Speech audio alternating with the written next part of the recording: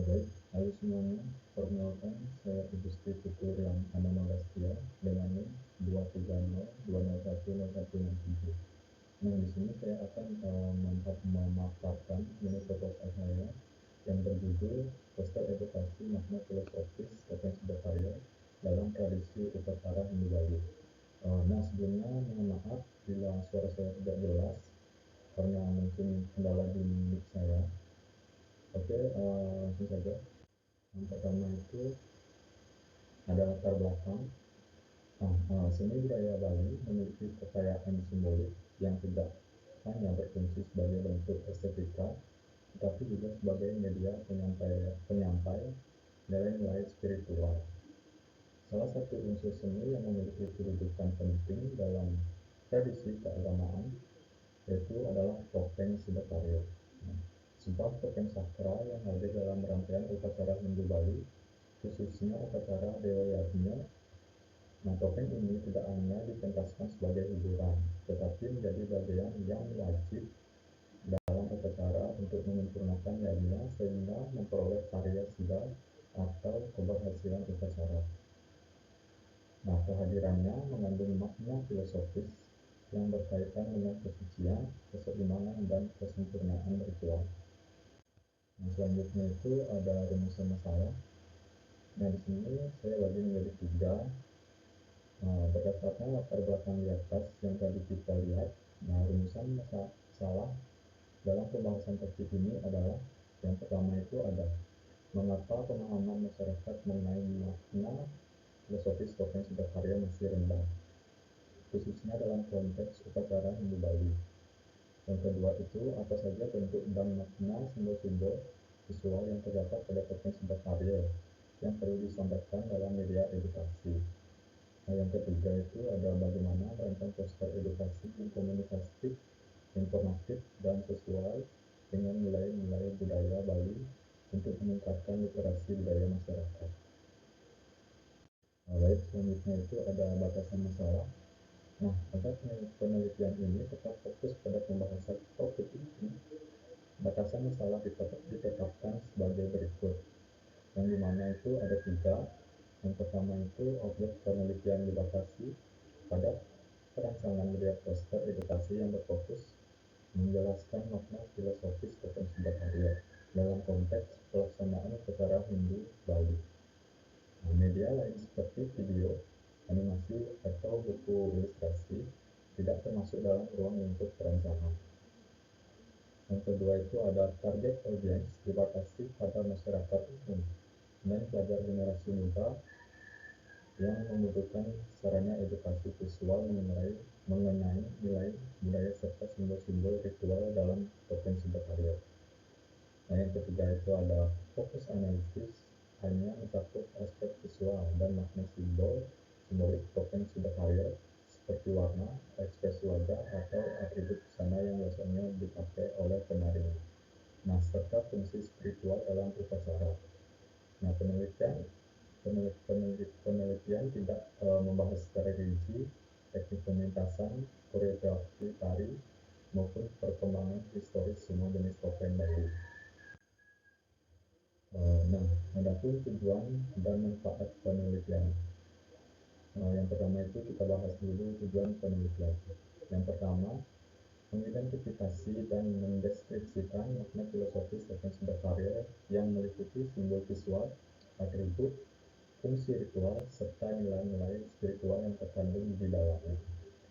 Yang kedua itu ada menganalisis permasalahan kurangnya pemahaman masyarakat mengenai makna dan fungsi topeng Sidakarya serta keterbatasan media edukasi yang tersedia.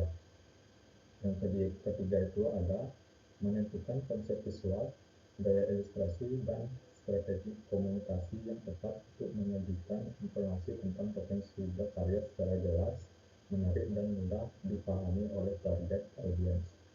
Nah, adapun manfaat dari penelitian ini, yang pertama itu penelitian ini manfaat bagi mahasiswa. Penelitian ini membantu mahasiswa memahami proses perancangan media edukasi dalam konteks budaya lokal, mulai dari analisis kebutuhan, penggalian data budaya, hingga penerapan prinsip dalam komunikasi visual pada media poster. Yang kedua itu ada manfaat bagi institusi. Hasil penelitian ini dapat menjadi referensi akademik bagi program studi, khususnya dalam bidang desain komunikasi visual dan kajian budaya. Nah, yang ketiga ada budaya masyarakat mengenai makna filosofis potensi berkarya melalui media poster yang informatif dan mudah dipahami.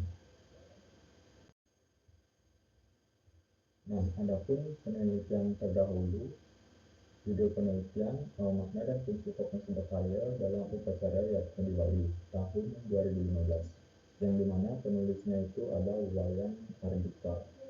Nah, metode penelitiannya itu menggunakan metode kualitatif, deskriptif, dan pendekatan etnografi budaya.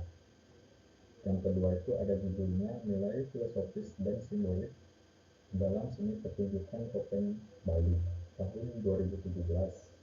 Nah, penulisnya itu ada Nimade Swastini. Penelitian menggunakan metode kualitatif, interpretatif, dan pendekatan semiotika budaya. Yang ketiga itu ada perancangan media edukasi budaya Bali berbasis desain komunikasi visual tahun 2019. Penulisnya itu bernama Suryawan, dan metode penelitiannya itu yang digunakan adalah Research and Development atau R&D dengan pendekatan desain komunikasi visual. Nah, ada yang keempat itu perancangan poster edukasi budaya tradisional Bali tahun 2021, yang dimana penulisnya itu adalah Pranyani dan Komang Ayu. Penelitian ini menggunakan metode kualitatif dengan pendekatan perancangan desain based research. Yang kelima itu ada media visual sebagai sarana pelestarian budaya lokal Bali tahun 2022. Penulisnya itu Ketut Putra. Nah, metode yang digunakan adalah kualitatif deskriptif dengan teknik studi kasus. Data diperoleh melalui wawancara, observasi lapangan, dan analisis media visual.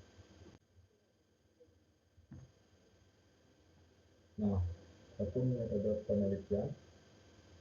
Yang pertama itu metode penelitian ini menggunakan pendekatan kualitatif deskriptif dalam bidang desain komunikasi visual dengan tujuan menghasilkan poster edukasi yang komunikatif dan edukatif.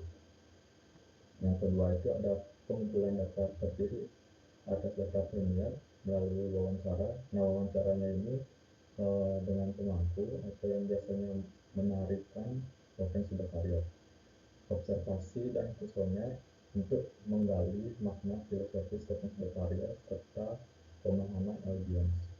Nah, yang ketiga itu ada metode perancangan media menggunakan design thinking. Yang ada empatis, memahami karakteristik audiens serta konteks budaya. Yang kedua defense, merumuskan permasalahan utama terkait rendahnya pemahaman masyarakat. Ada ide, menghasilkan ide kreatif untuk konsep, pesan, dan visual poster. Nah, ada prototype, membuat rancangan awal poster edukasi meliputi layout, ilustrasi, tipografi, dan warna. Nah, adapun testing, melakukan uji coba dan evaluasi poster kepada audiens. Nah, berikut adalah skema perancangan dari poster ini. Nah, ada empatis, wawancara seperti yang tadi saya katakan itu, wawancara bersama pemangku dan yang menarikan topengnya ini. Yang biasanya saya sebut itu Pak Made di sini ada dari sini. Dan observasi, dokumentasi. Nah, ada desain, analisis data wawancara, analisis data observasi, dan analisis dokumentasi. Nah, ada ide kreatif, pesan utama, gaya ilustrasi, selanjutnya ada tipografi dan warna.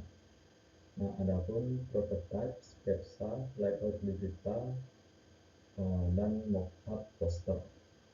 Nah, yang terakhir itu ada casting pengujian terhadap ahli menteri. Uji respon audiens seperti kalangan masyarakat menentukan yang nantinya kita itu melihatkan poster kita itu bagaimana responnya tersebut. Nah, itu. Yang ketiga itu ada evaluasi hasil testing. Nah, dan yang terakhir revisi dan penyempurnaan dari topik ini atau poster yang kita buat nanti. Baik, mungkin itu saja yang dapat saya sampaikan. Mohon maaf apabila ada salah kata. Baik, terima kasih.